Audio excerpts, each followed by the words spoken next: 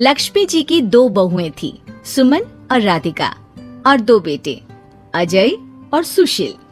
लेकिन लक्ष्मी जी के बहू बेटे उनको अपने साथ रखने को तैयार नहीं थे। बहुओं के तेज स्वभाव के चलते लक्ष्मी जी को अपना ही घर छोड़कर एक किराए की कोठरी में रहना पड़ रहा था। कुछ दिनों से उनके बेटों ने उन्हें पैसे देना भी बंद कर दिया था। ऐसी स्थिति में लक्ष्मी जी ने अपनी जमा पूंजी से एक छोटी सी दुकान खोली। एक दिन शाम के वक्त, अजय सुनते हो, तुम्हारी माँ ने दुकान खोली है। दुकान अब इस उम्र में दुकान पर बैठेगी वो। अब क्या किया जा सकता है, माँ की तो बुद्धि सठिया गई है। मोहल्ले में मजाक बनाएंगे सब हमारा। अरे जेठ जी, इसमें परेशानी क्या है अगर सासू माँ ने दुकान खोली है? हाँ, राधिका ठीक तो कह रही है। अपनी दुकान पर बैठी रहेगी, कम से कम हमें परेशान तो नहीं करेंगी। हाँ, वैसे बात तो ठीक है। खुद के दो पैसे कमाएंगी तो कभी कभार हमें जो खर्चा देना पड़ता है ना, वो भी देने से बच जाएंगे हम लोग। फिर किस बात की परेशानी, खोलने दो माँ को दुकान, हमें क्या। वैसे भी अपनी कोठरी में चुपचाप रह रही है ना, चाहे दुकान खोले या मॉल बनाए, हमें उससे क्या लेना देना। अगले दिन सुमन अपनी सास की दुकान पर पहुंचती है। सासू माँ, आपकी दुकान में शक्कर है क्या? शक्कर जरा 1 किलो दे दीजिएगा। हाँ हाँ बहू है ना, लो बेटा 1 किलो क्यों, 2 किलो ले जाओ। सोच लो सासू माँ, घाटा हो जाएगा आपको, पैसे नहीं देने वाली मैं। देखो सुमन, ये मेरी दुकान है और यहाँ पर जो भी कोई सामान खरीदने आता है उसे पैसे तो देने ही पड़ते हैं। अरे सासू माँ, ऐसा क्यों करी आप? अरे देखो ना, घर पर आपका बेटा और पोते पोती दूध में शक्कर डालने के लिए कब से इंतजार कर रहे हैं। जरा उनके बारे में तो सोचिए। अरे ऐसी बात है क्या? अब मुझे नहीं पता था। बहू एक काम करो, वैसे भी पहली बार आई हो ना, ये शक्कर तुम ऐसे ही ले जाओ, पैसे देने की जरूरत नहीं है। अगले दिन राधिका भी अपनी सास की दुकान पर पहुंचती है। प्रणाम सासू माँ, कैसी चल रही है आपकी दुकान?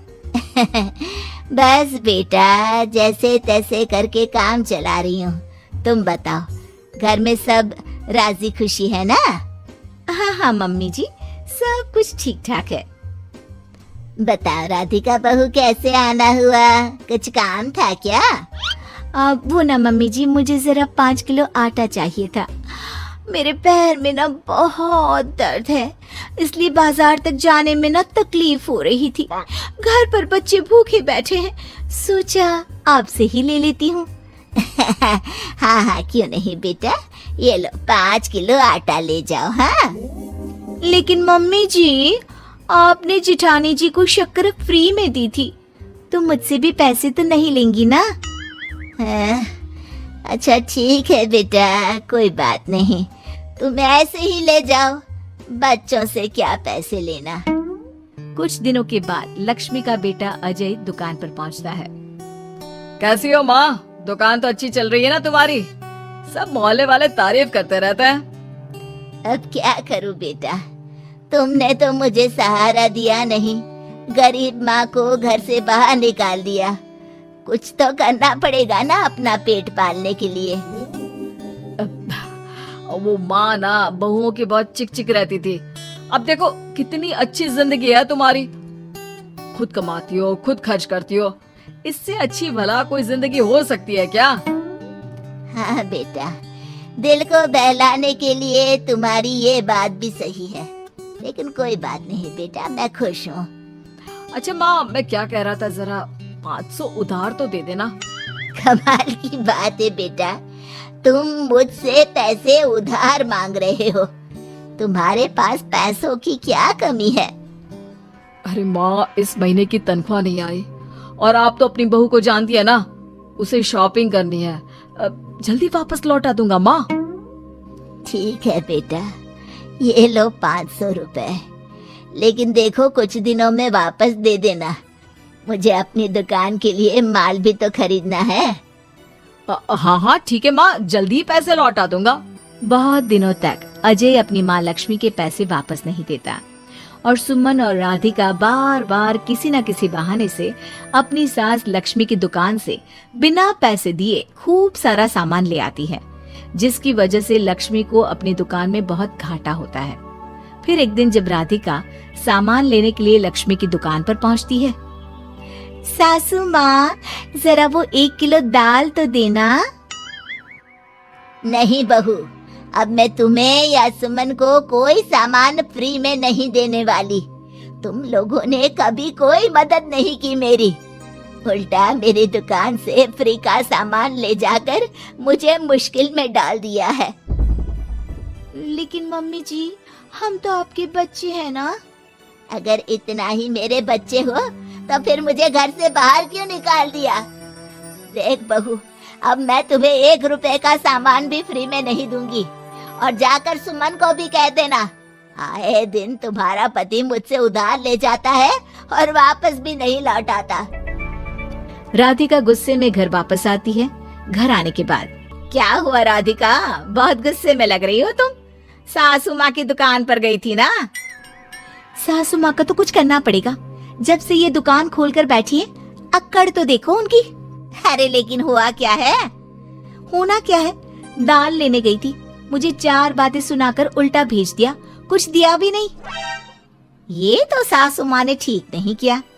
देखो मेरे पास ना एक बहुत अच्छा प्लान है। कैसा प्लान भाभी? हम अपनी सासू माँ की दुकान में किसी चोर से कहकर चोरी करवा देते हैं और सारा सामान अपने घर मंगवा लेंगे। उसके बाद हमारे पास फ्री में सामान भी आ जाएगा और सासू माँ की अकल भी ठिकाने आ जाएगी। ठीक है भाभी, मैं आपका पूरा साथ दूंगी। आप जल्दी से ये काम करवा दीजिए। और 2 दिनों के बाद सुमन और राधिका एक चोर से मिलकर लक्ष्मी की दुकान में चोरी करवा देते हैं। हे भगवान, ये क्या हो गया? इस उम्र में जैसे तैसे अपना गुजारा कर रही थी, लेकिन चोर मेरा सारा सामान लेकर चले गए। अब क्या होगा? तभी वहाँ पर राधिका और सुमन पहुँच जाती है। क्या हुआ सासू माँ, बहुत दुखी लग रही हैं आप। अरे क्या बताऊं, मेरी दुकान का सारा माल चोरी हो गया। अब अगर आप अपने ही बहू बेटे को सामान नहीं देंगी तो ऐसा तो होगा ना सासू माँ। अब राधिका की बात सुनकर लक्ष्मी को यकीन हो जाता है कि इस चोरी के पीछे कहीं न कहीं उसकी दोनों बहुओं का ही हाथ है। लक्ष्मी एक प्लान बनाती है, पैसे उधार लेकर अपनी दुकान में फिर से खूब सारा सामान ले आती है। अरे भाभी, देखा आपने, सासू माँ की दुकान तो फिर से सामान से भर गई है। हाँ वही तो, मैं तो सोच रही थी कि एक बार में उनकी अकल ठिकाने आ जाएगी, पर लगता है फिर से कुछ करना पड़ेगा। लेकिन अब हम क्या कर सकते हैं? अरे वही जो हमने पहले किया था। इसका मतलब फिर से चोरी करवाएंगे? हाँ, उसके बिना हमारा काम कैसे चलेगा? और इस बार चोरी करने हम दोनों चलेंगे, कुछ नहीं छोड़ेंगे उनकी दुकान में। सुमन और राधिका दोनों मिलकर लक्ष्मी की दुकान में चोरी कर लेती हैं और सारा सामान चुपचाप अपने घर के स्टोर में लाकर रख देते हैं। लेकिन सुबह होते ही लक्ष्मी पुलिस लेकर सुमन और राधिका के घर पहुंच जाती है। इंस्पेक्टर साहब, मेरी इन दोनों बहुओं ने ही घर में चोरी की है। अरे ना ना इंस्पेक्टर साहब, ये हम पर झूठा इल्जाम लगा रही हैं। अरे हम क्यों इनकी दुकान में चोरी करने लगे? माँ, आपको शर्म नहीं आती अपनी बहू पर झूठा इल्जाम लगाते हुए? हाँ माँ, हम आपके बेटे हैं और ये आपकी बहुएं हैं, आप ऐसा कैसे कर सकती हैं? लक्ष्मी जी, क्या आपके पास कोई सबूत है? अरे इंस्पेक्टर साहब, आप इनकी बातों में मत आइए। ये हमारी माँ है और इनकी दिमागी हालत ठीक नहीं है, इसीलिए तो हमसे अलग रहती हैं। इंस्पेक्टर साहब, मेरी दिमागी हालत बिल्कुल ठीक है और मेरे पास इन दोनों के खिलाफ बहुत बड़ा सबूत है। बताइए क्या सबूत है आपके पास? आप जरा मेरी दोनों बहुओं के हाथ पानी से धुलवा दो, फिर सब कुछ साफ साफ पता चल जाएगा। अरे हाथ पानी से धोने से क्या होगा माँ? आप दोनों मेरे सामने अपने हाथों पर पानी डालिए। जैसे ही राधिका और सुमन अपने हाथ पानी में डालती हैं, उनके हाथों का रंग लाल हो जाता है और ये देखकर सब लोग हैरान रह जाते हैं। अरे ये क्या, तुम्हारे हाथों का रंग अचानक से लाल कैसे हो गया? क्योंकि मैंने अपनी दुकान के सारे सामान पर एक तरह का केमिकल लगा कर रखा था। मुझे पता था जो भी चोरी करने आएगा वो सामान को अपने हाथों से उठाएगा और उसके हाथों पर रंग लग जाएगा। अरे माँ, आप तो बहुत चालाक निकली। इसे चालाक नहीं बेटा, बुद्धिमान कहते हैं।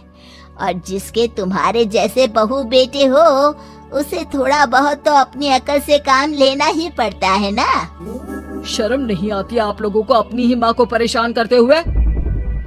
हमें माफ कर दीजिए सासू माँ, हम आइंदा ऐसी गलती कभी नहीं करेंगे। और हाँ, आपको अपने साथ रखेंगे, आपकी सेवा करेंगे और पूरी इज्जत भी देंगे। हमें माफ कर दीजिए।